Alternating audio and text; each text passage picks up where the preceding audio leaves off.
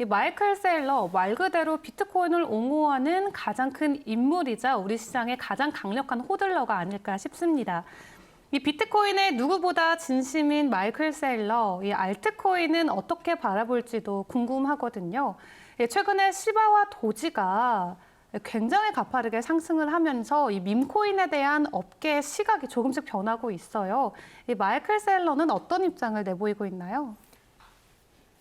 이제 워낙 인터뷰를 많이 하니까 네. 맨날 비트코인 얘기만 하잖아요. 비트코인, 그쵸. 비트코인, 뭐 네. 비트코인, 디지털 골드다, 디지털 프로퍼티다 얘기는 하니까 앵커들이 많이 물어봐요. 야, 다른 코인은 어떻게 생각하느냐. 거기에 대해서는 크게 코멘트를 안 해요. 얼마 전에도 블룸버그하고 인터뷰를 며칠 전에 했는데 그때도 앵커가 물어봤는데 자신은 비트코인 레인, 비트코인 차선에 있는 사람이다. 다른 차선에 있는 건 아니니까 별로 이렇게 신경 쓰지 않는다라고 얘기했는데 네. 최근에 시바코인에 대해서는 간단히 좀 코멘트를 했습니다. 얼마 전에 잭도시가 코인베이스에서 미국의 최대 암호화폐 거래소잖아요. 네. 시바코인이 거래가 가능할 것 같다라는 소식을 이제 트윗하면서 잭도시가 damn, 이거 잭도시가. 네, 망할이라고 그러니까 굉장히 그쵸. 이제 비판한 거죠. 네. 이거는 시바에게 잘못됐다. 동그라미를 쳐서 트위터를 올렸더라고요. 네, 이거 굉장히 잘못됐다라고 이렇게 딱 한마디, 네. 댐 망할이라고 했는데 거기에 마이클 세일러가 이제 답글을 달았어요. 그쵸. 결국은 이거는 영원을 향해 달려가는 새로운 게임이다. 그러니까 이게 0이 된다는 거죠. 그러니까 그쵸. 굉장히 이제 비판을 한 거죠. 은연중에 비판을 했고, 네. 그리고 이제 자주 얘기는 하지 않는데 가끔씩 이제 이더리움이라든지 다른 알트코인에 대해서 얘기를 하는데 네. 앵커님은 최근에 좀 이렇게 관심 있는 뭐 전 세계를 바꿀 만한 기술은 어떤 기술이 있다고 좀 생각하십니까? 블록체인이라고 대답해야겠죠. 네. 이제 블록체인은 어떻게 보면 되게 기반 기술이잖아요. 네. 근데 그 블록체인보다도 더 넓은 개념이 어떻게 보면 불이라든지 전기가 더 기초 기반 기술이잖아요. 네. 근데 마이클 세일러는 비트코인이 마치 불이라든지 전기와 같은 그런 굉장히 기초적인 기술이다라고 얘기를 하더라고요. 네. 반면에 이더리움이라든지 카르다노와 같은 다른 코인들은 이건 하나의 플랫폼이다. 이게 어떤 플랫폼이냐면 디파이 플랫폼이다. 아니면 디지털 자산의 소유권을 증명해주는 대체 네. 불가능한 토큰이죠. 네. NFT의 플랫폼이다.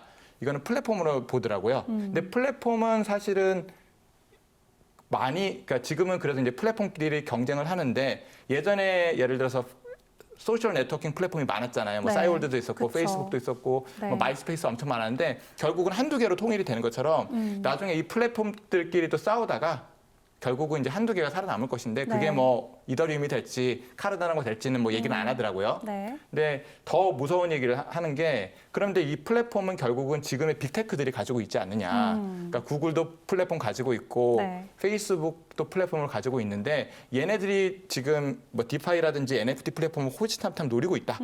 예를 들어서 지난주에 실제로 마크 저커버그가 이제 페이스북을 우리는 메타버스로 그쵸. 바꾸겠다라고 하면서 메타버스 페이스북에서 NFT 지원한다고 발표를 했어요, 공식적으로. 네. 그러니까 이 다른 코인들, 이더리움이라든지 카르다노, 솔라나는 코인들끼리 경쟁하는 것뿐만이 아니라 다른 빅테크까지 경쟁을 해야 돼요. 네. 그러니까 약간 좀 이제 터프한 싸움이 되겠죠. 그래서 결국은 이제 한두 개 기업이 살아났는데 그게 어떤 기업인지는 좀 알기가 힘들다라고 얘기하는데 이거를 보면서 제가 이제 이 마이클 세일러가 비트코인을 보는 것과 다른 코인을 보는 거의 차이를 이렇게 좀 정리를 할 수 있을 것 같아요. 그러니까 비트코인은 금이나 부동산과 같은 자산. 자산이다. 근데 거래나 이동이 훨씬 더 간편한 디지털 자산이다. 네. 그리고 다른 암호화폐는 애플, 페이스북과 같은 기업과 좀 비슷하게 보는 게 아닌가. 네. 그래서 만약에 앵커님께서 다른 암호화폐 투자를 하시는 거는 이제 다른 뭐 애플이나 페이스북 같은 기업의 주식을 사는 거하고 비슷한 건데 네. 이제 수익률은 더 높을 수도 있잖아요. 그쵸. 근데 반면에 자산은 금이나 부동산은 영원히 있잖아요. 그러니까 많이 오르진 않아도 안정적인데 주식은 또 많이 떨어질 수도 있으니까 네. 약간 좀 그런 차이가 있는 걸로 제가 이해를 했습니다. 네.